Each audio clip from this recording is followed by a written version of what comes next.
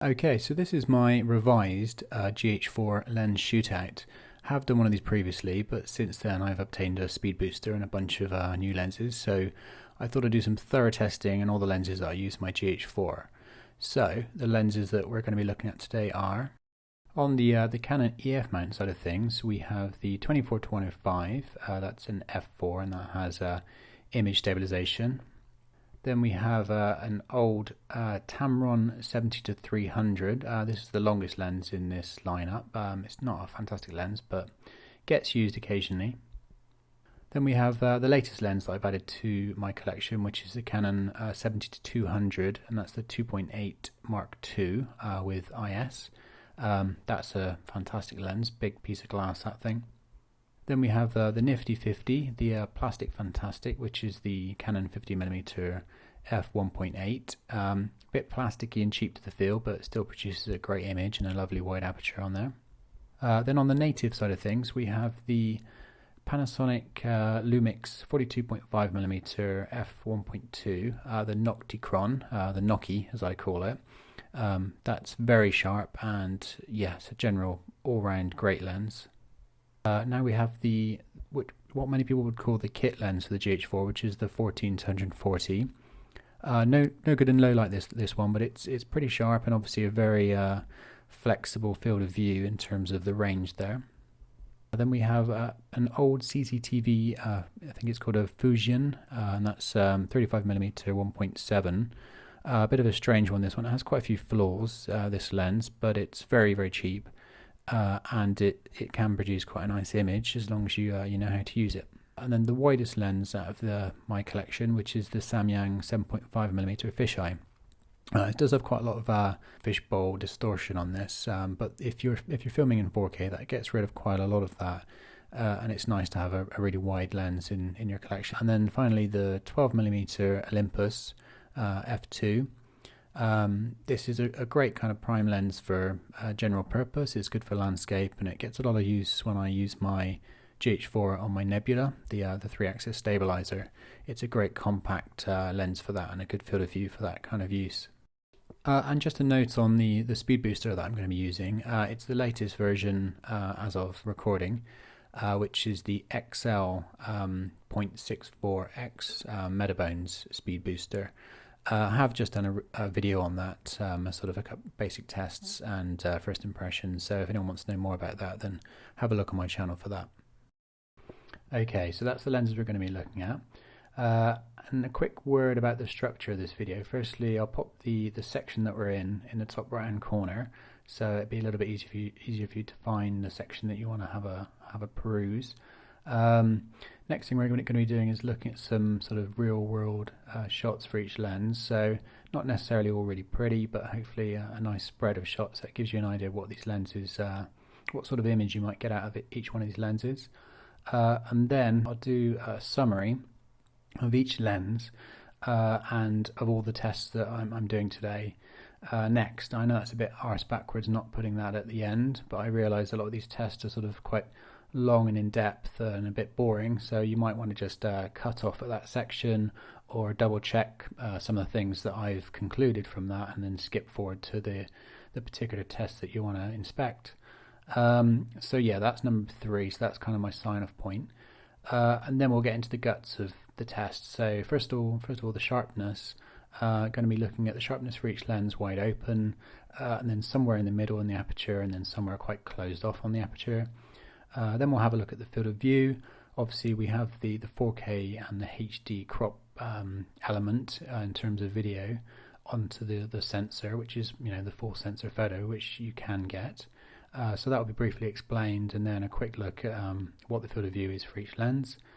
Then the actual light gathered for each lens, and obviously we have f-stop numbers written on the side of the lens, so you'd think that would be fairly straightforward, but I always like to do real tests on this. Obviously we have the speed booster, which is giving us light which we didn't even know existed, so that kind of changes both the field of view and also what the actual light is getting into that camera. So I'll just take a photograph with each lens with the camera settings always being constant and a constant unchanging light source, and then look at each one and then figure out which one's the the brightest and which one's the darkest.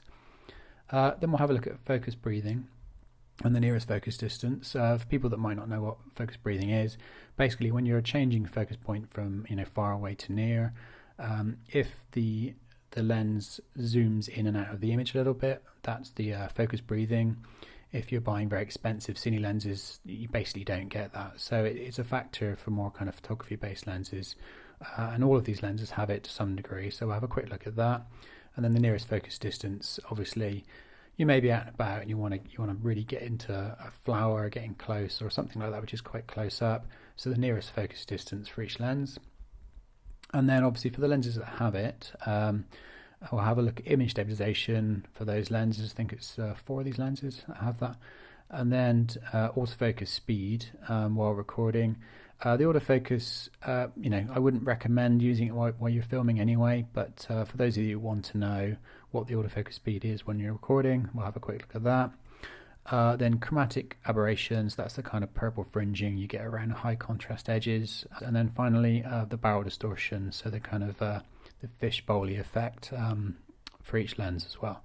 So there you go, that's the section. So let's jump into some shots I got with each one of these lenses, and then we'll get into the guts of the actual testing.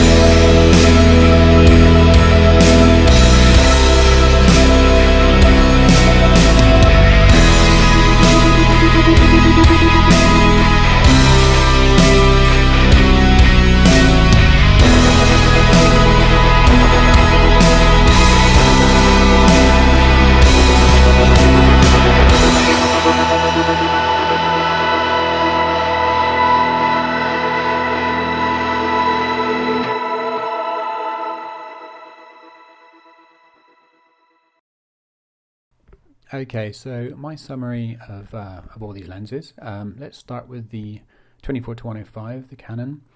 That speed booster is actually turning our f4, which wouldn't necessarily be a great f-stop number for low light. It's turning that into 2.5, so that's making it a much more usable lens in low light.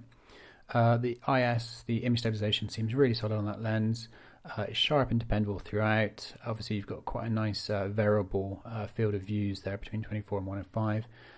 So it's a great kind of all-round lens, this one. The zoom, the actual, if you point the camera directly down at the ground, it can have a little bit of zoom creep. What I mean by that is your focal length can change as the weight of the lens pulls it down a bit.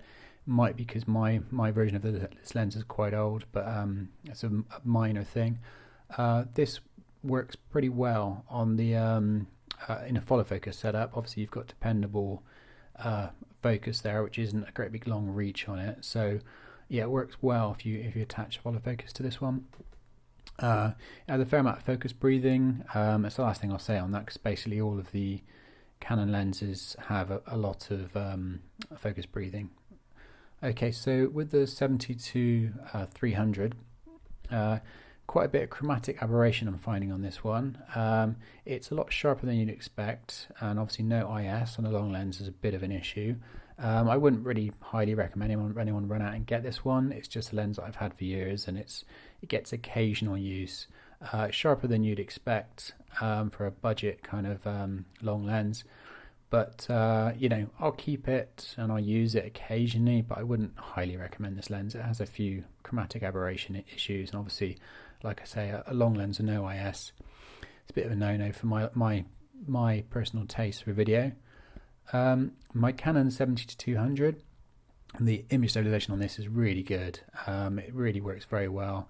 I mean, it's a very expensive lens. It's the most expensive lens out of all of these, so you'd expect everything to be perfect.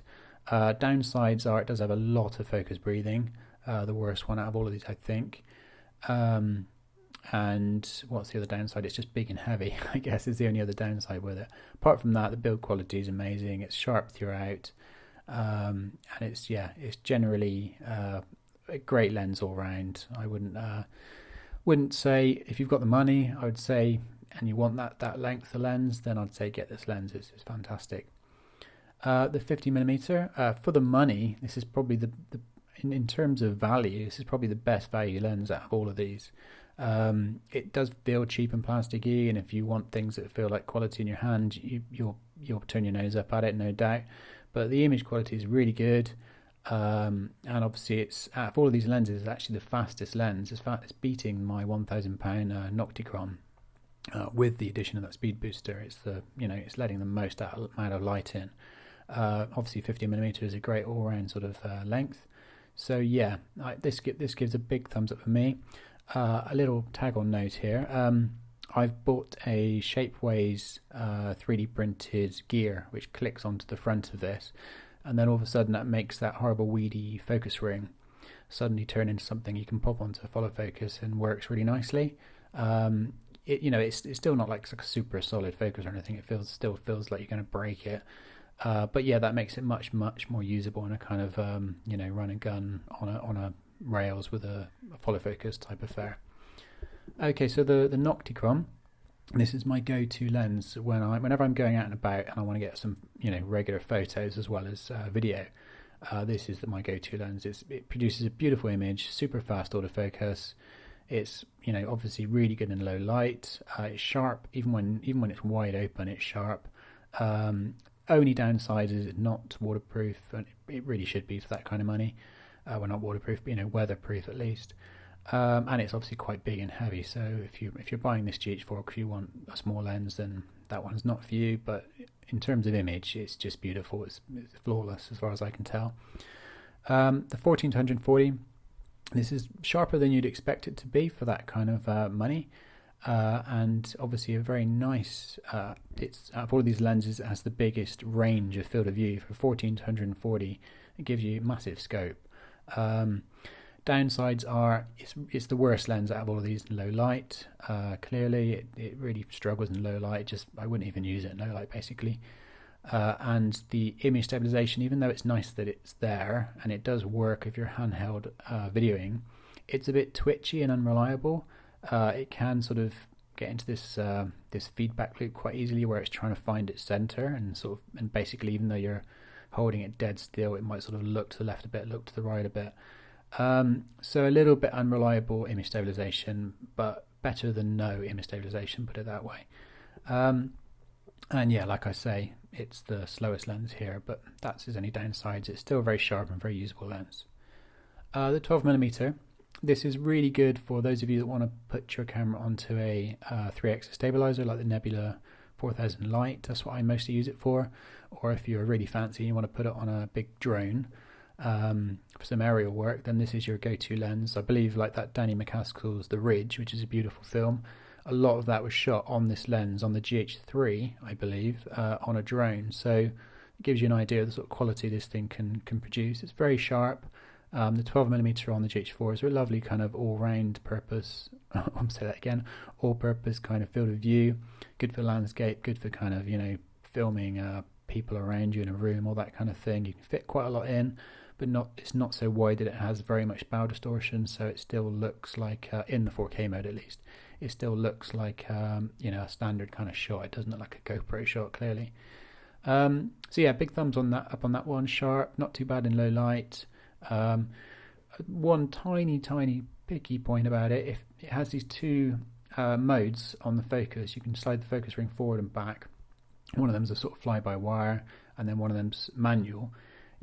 You'd think the manual would be better, but the manual actually has a stepped focusing, so that it sort of jumps up focus, you know, every sort of so it kind of makes your pull, you know, you can't really pull focus with it in the manual mode. So I don't quite know why it does that, but you know, that's really picky. I generally just kind of use the autofocus and then you know, set up my shot and then don't change the focus while I'm filming for sort of nebula work and all that kind of thing anyway. So it's, you know, not a deal breaker.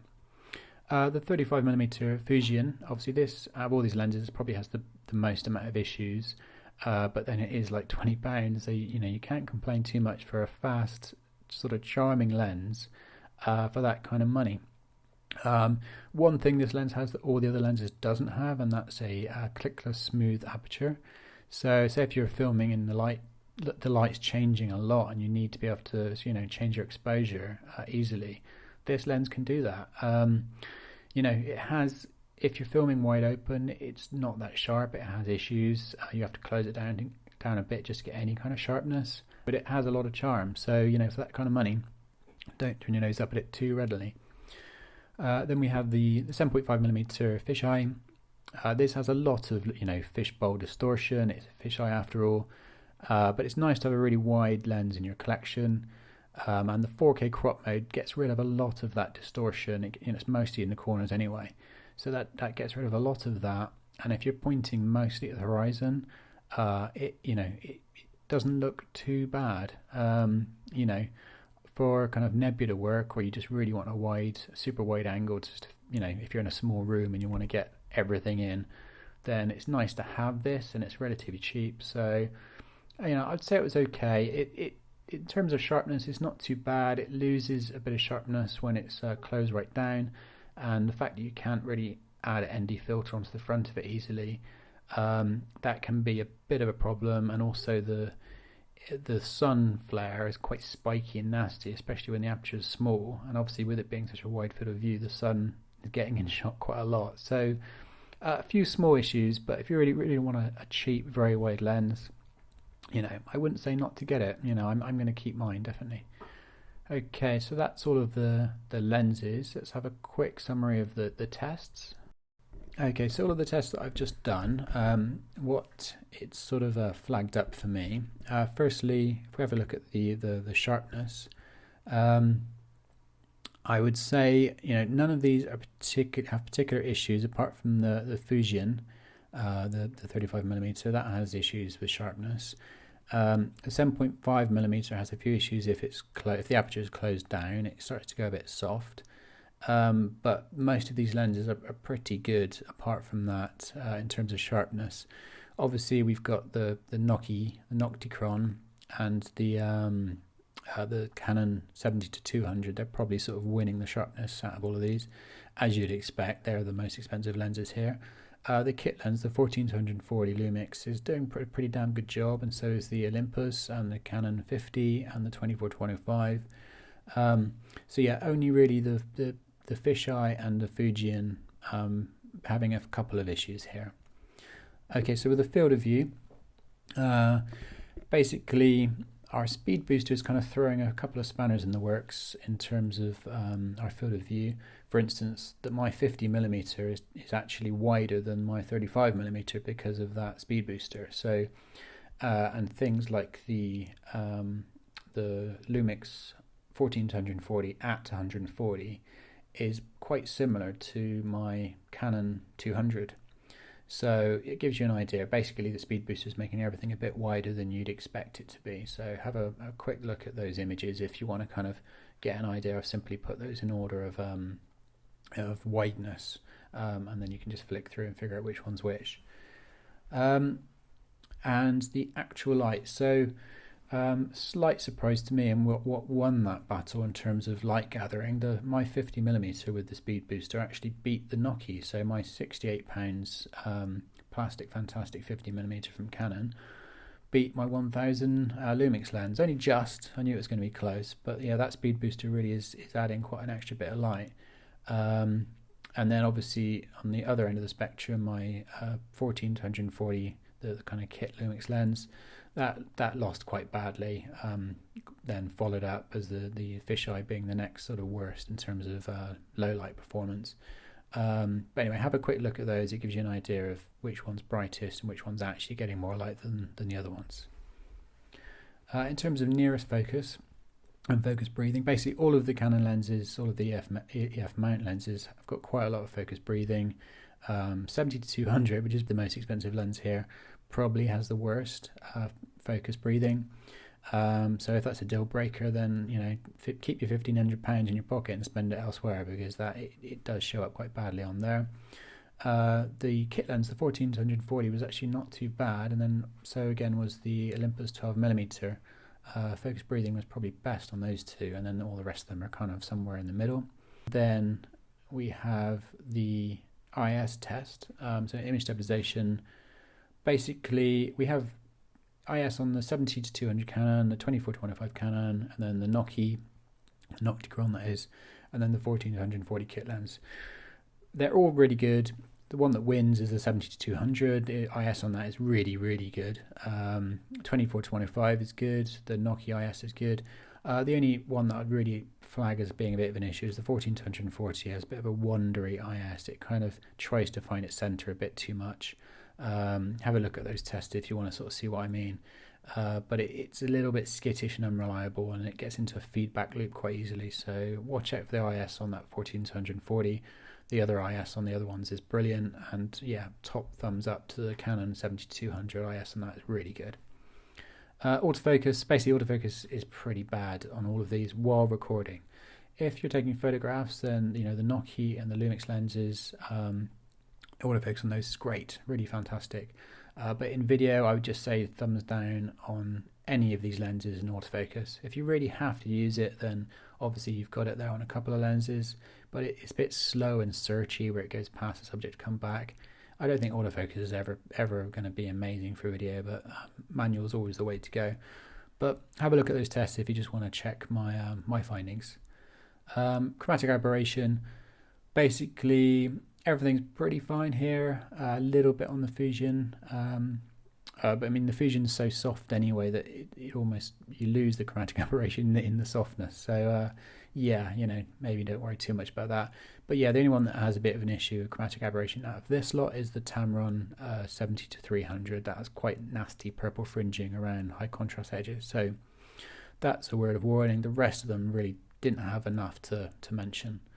And then finally, barrel distortion.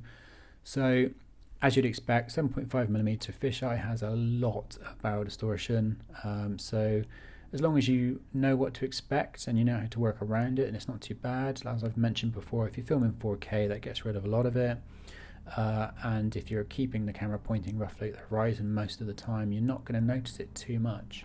And then the other sort of lenses, the 12mm and then the 14-140 at 14 and then 24-105 at 24, they have a little bit, not enough to really worry too much. Possibly the 24-105 Canon having the most at 24mm, and then followed up by the Olympus 12mm with a bit there and a little bit on the Lumix 14-140 at 14. None of them would bother me, though I don't think you'd notice it unless you were, as I was, filming a grid or a wall or something that's completely geometric and you can read that kind of barrel distortion in. So yeah, in terms of flagging, I would say the anyone with anything to worry about is clearly the fisheye, as you'd expect. Okay, so there you go, guys. That's the summary of my tests. Unless you're unless you really want to sit through all of it, I would probably leave it there. But if you want to obviously check anything that I've said and anything that I've discovered, then skim forward in the video and find the correct section using I'll put in the description, so you can navigate the video quite easily what section's what, and look in the top corner, which kind of tells you anyway. I hope that was useful. I discovered a few things doing these tests, as I always do. This is why I do them. And yeah, I'm borderline wondering whether I need all these lenses, whether I could maybe sell one, because some of these are possibly doing the job of other ones now I'm getting so many. But I will continue to love all of these lenses. If you really want my go-to lenses, I would probably say get that Canon 50mm with a speed booster. It's amazing. And then after that 12mm Olympus is really nice kind of lens to go to. And if you want to go down that EF route and then start getting the bigger, heavier lenses, that Canon 70-200 is fantastic. But you kind of want to be going down that route before you before you go down that route, if that makes any sense. It's a big, heavy lens, and it's it's not something you're just going to sort of pop in your bag and not think about too much. You want to be using it for a specific purpose. Anyway, so there you go, guys. That's my summary, my long-winded summary. I hope it was all useful, and yeah, happy snapping and happy filming.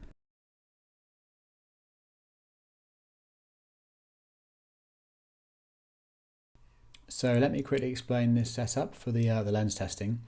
I've laid out a couple of large work lights, which are giving us our constant light. There is a little bit of natural light getting in through the door on the left there, but yeah, that's unavoidable, unfortunately. But it shouldn't interfere too much. I've popped a little Star Wars figure of Greedo, a little green chap, onto a few books on this box here. And his face, his eyes, is what I'm going to be focusing on in every shot. Obviously, with this massively wide Samyang lens that we're starting with, he's a tiny speck in the middle anyway. But in the longer lenses, obviously, yeah, his face is going to be the test for the sharpness. And as I said before, we're going to have a look at the sharpness for each with the aperture wide open, and then at f8, and then at f16 where possible. So let's zoom in, and we'll do this for each one so you get an idea what's going on. So we'll zoom into 100%, and then have a little look at it pixel for pixel, and then we'll also zoom into 200% so you get an idea. That's scaled up 2 pixels for every one in my 1080 workspace here. Okay, so let's go through this lot. Okay, so with this fisheye, I can definitely notice that the when it's closed down at f16, you lose a lot of sharpness. So it's worth keeping the aperture roughly in the middle or fairly open on that fisheye.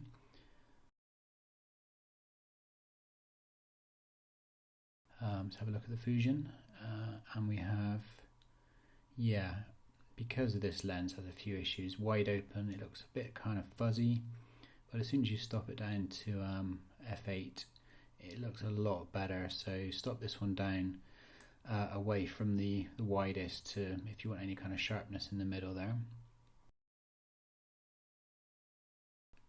On the Olympus 12, let's have a quick look closer in. And this actually doesn't look too bad fully wide open. Actually looks worse stopped off at f16. So I'd say, yeah, quite happily shoot with that one wide open. That one looks absolutely fine, but yeah, not amazing at f16. The Nocticron is looking pretty damn good wide open. So it actually looks better wide open than it does at 16. So that one favours to be open pretty damn wide, and it's still very sharp.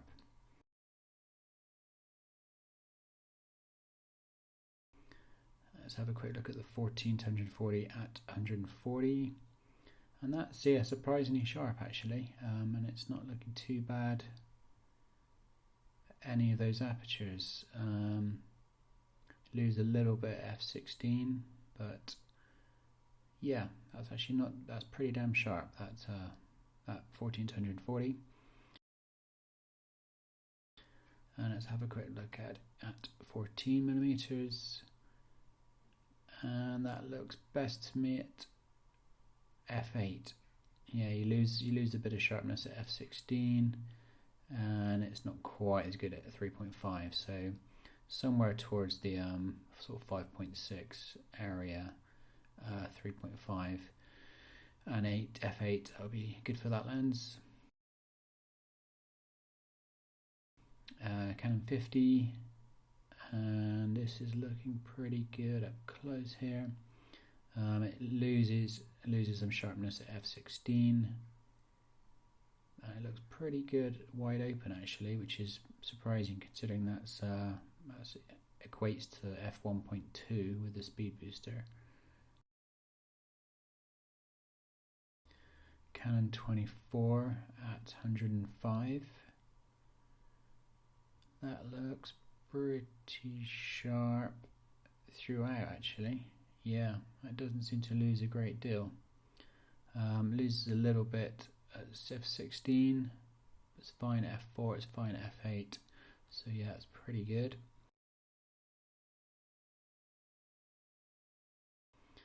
And at 24mm, again, loses quite a bit at f16, but it's fine at 4 and 8.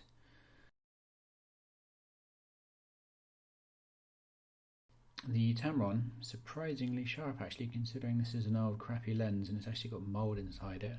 It's been in the garage for a long time. It's really not that bad. Definitely not as sharp wide open there. If you look at the eyeball, it's got a bit of a blur to it.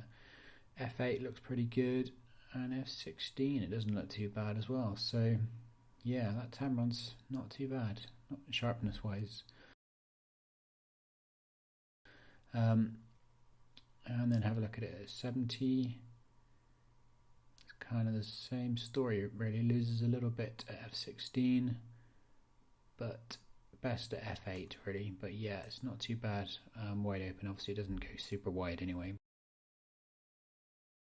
And then let's have a look at the Canon 70-200. Now this should be pin sharp throughout, and I would say it's not far off. Tiny bit mushy at f2.8, which is technically f1.8 with the speed booster. Looks great at f8, and at f16 just loses a little bit, just starts to go a little bit soft, but it's still looking great. Okay, and then the 70-200 Canon at 70, pretty much the same story. So looks really very good wide open. So yeah, even with that speed booster, that's doesn't seem to be affecting the sharpness at all. Looks great wide open.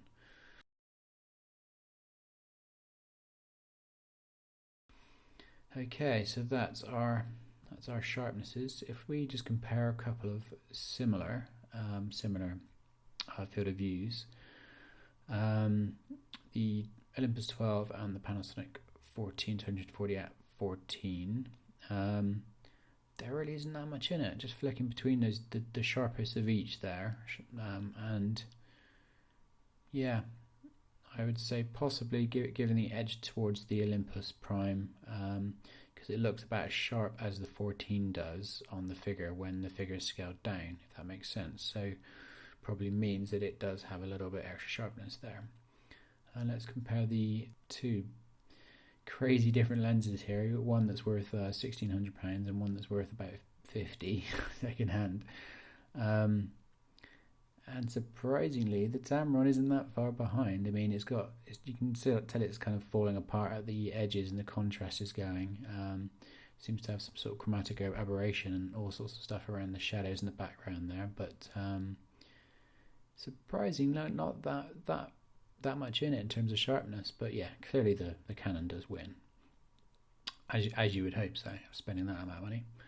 And then a quick look at the difference between the Canon 50, which is the sort of £60 lens, and the Panasonic 42, which is like a £1,000 lens. Again, a slightly different field of view, so it's hard to get a perfect, comparison. But I would say, yeah, as you'd expect, the Nocticron, the 42.5mm has got the edge there. But the Canon isn't that far behind, and yeah, that is a very good lens considering how cheap that Canon 50mm is. It's really very good. The field of view on all of these, I'm not going to talk all the way through this, but just explain the basics for those that may not know. So here is the full sensor photo, obviously scaled down to fit into my 1080p workspace.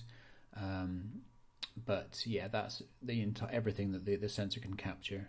In full HD mode, it basically takes a strip across the middle of that, so that's what you get for full HD if we overlay that.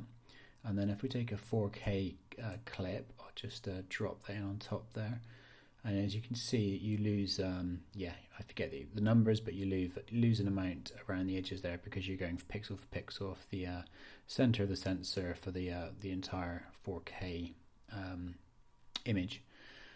So I shall run through each one of these lenses, the full frame image, and then I'll overlay this the 4K crop and the F4 HD crop, so it's in blue and in green, over the top, so you can see what the actual field of view would be for each one depending on how you're filming or possibly taking photographs. Okay, I'll leave them running.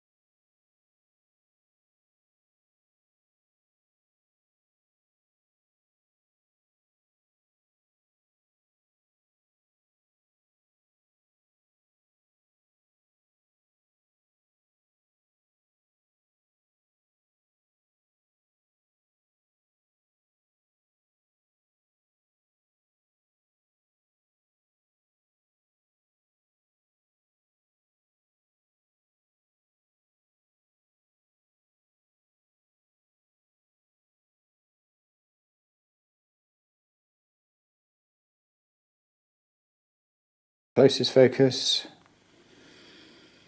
and that is at infinity. Do that one more time. Closest, and infinity. And while it's recording, I'm just going to put it at its closest and then see how close we can get before it's too close. So about there, which is about an inch and a half, maybe an inch from the lens. Closest, infinity, and a quick look at the closest focusing distance. So, okay, there it is. Okay, so that's the closest focus distance on the Fujian, and it looks like to be about 25 centimeters. Nearest, furthest. Sorry, do that again. Nearest, furthest, and get the nearest possible focusing, which looks to be about there. So that's about 3.5–4 inches from the lens on the nearest focus point. So furthest, nearest, furthest, and nearest. And then let's have a look at our closest focusing distance with the Noki, and it's about there, which is about 30 centimeters from the lens. Nearest and furthest, nearest. Okay, quick check on the nearest focus distance, and there we have it, about there, and that is about 10–12 inches from the end of the lens. Nearest, get my hand out of the way, and furthest. Okay, let's check the nearest focus distance, which looks like it's about there, which is about 3 inches from the end of the lens. Nearest, furthest, and nearest. And we'll just check the nearest focus distance, which looks to be about there, which looks like about 10 inches. Nearest, furthest, and nearest. And here is a nearest focusing for 24-25 at 105, and that looks to be about 7 or 8 inches from the end of the lens. Nearest, furthest, nearest, and check for the closest focus distance, which looks to be around about there, which is about 8 inches from the end of the lens. Furthest, nearest,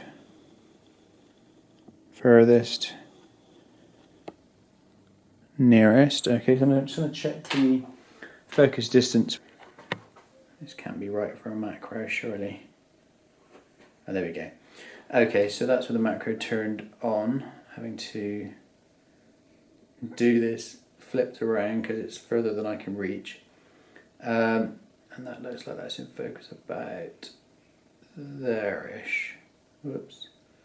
Which is about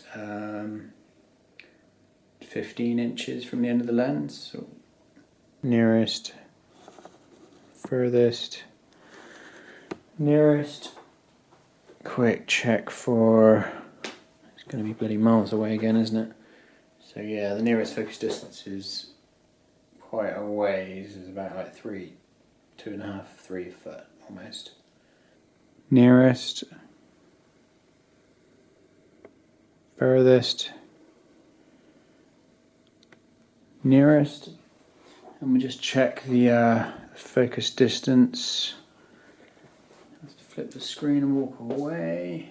This is with the button switch to 1.2 meters, so yeah, it's going to be about a meter from the end of the lens, which is roughly there. It's nearest,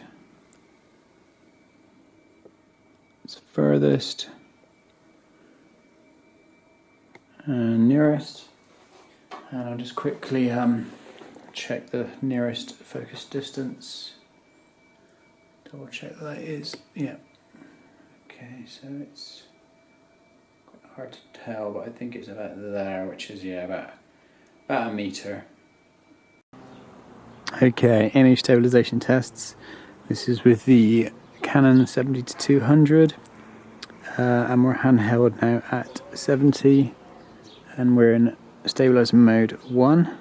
So let's just try a pan up, pan down, pan left, pan right. I'm going to change it to mode 2. So pan up, pan down, pan left, pan right. I'm just going to hold it steady for a bit. Swap back to mode 1. Just hold it steady for a bit. I'm going to turn it off. Handheld stabilizer mode off now. Pan up, pan down, pan left, pan right, and try and hold it steady.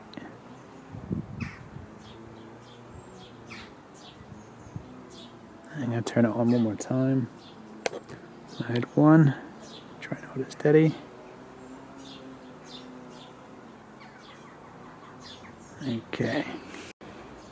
Okay, it's the Canon 7200 stabilizer mode 1. Now we're on the tripod and that's not touching anything. Now we're going to pan left, pan right, pan up, pan down.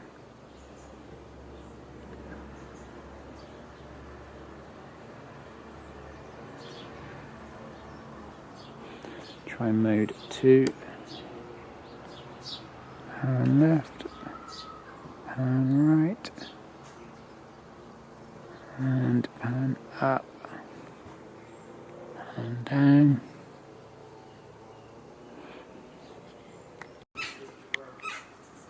Okay, so this is the 24-105 with image stabilizer on. Try and hold it steady for a minute. And pan it up, pan it down, pan it left, pan it right. Try and hold it steady. And turn it off. And pan it up, pan it down, pan it left, pan it right. Try and hold it steady.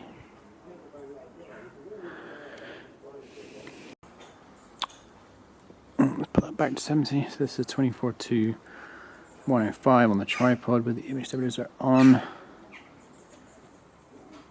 Let's try a pan left, try a pan right,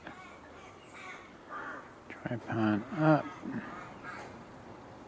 down, and leave it alone for a minute. I'll turn the image stabilization off. And we're going to go left, right, up, and down. Try that one again. Up, and down. Leaving it alone. Going to turn it back on again.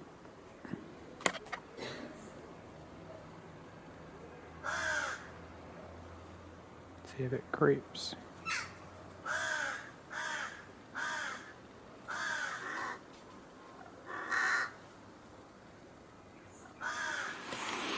Okay, so now we're at the 14-140 at 50mm, and we've got the image stabilization turned on.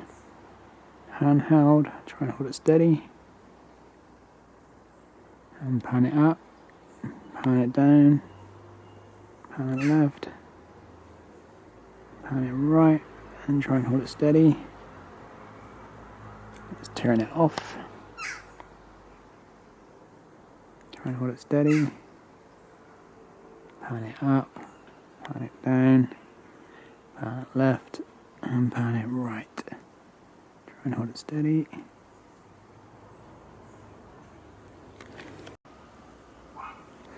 Okay, now we're on the tripod with the image stabilization turned on. Let's try and move it to the left, to the right. Try that again because it looked a bit squiffy. And then go up and then down.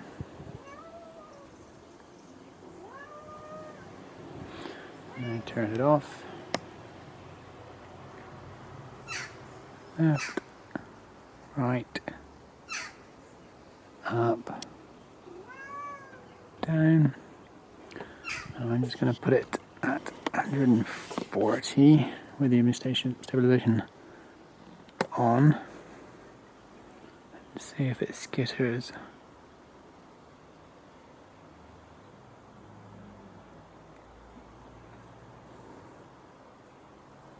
And I'm going to lock it in now. Yeah, bit of movement there. Now we're on the Nokia with image IS on. Trying to hold it steady. Look left. Look right. Oops. Look up. Look down. Try the left and right. Slightly smoother. Try and hold it steady. And turn it off. Try and hold it steady. And up. And down. And left. And right.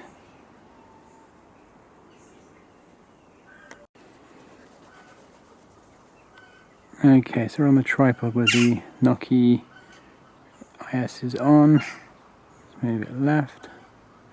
Move it right. That was me. Let's move it up.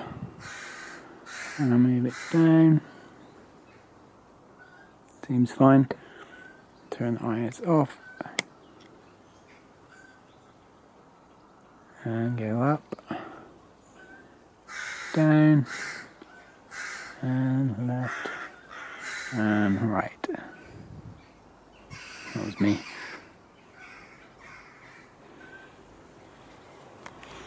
And then I'm going to press the button now.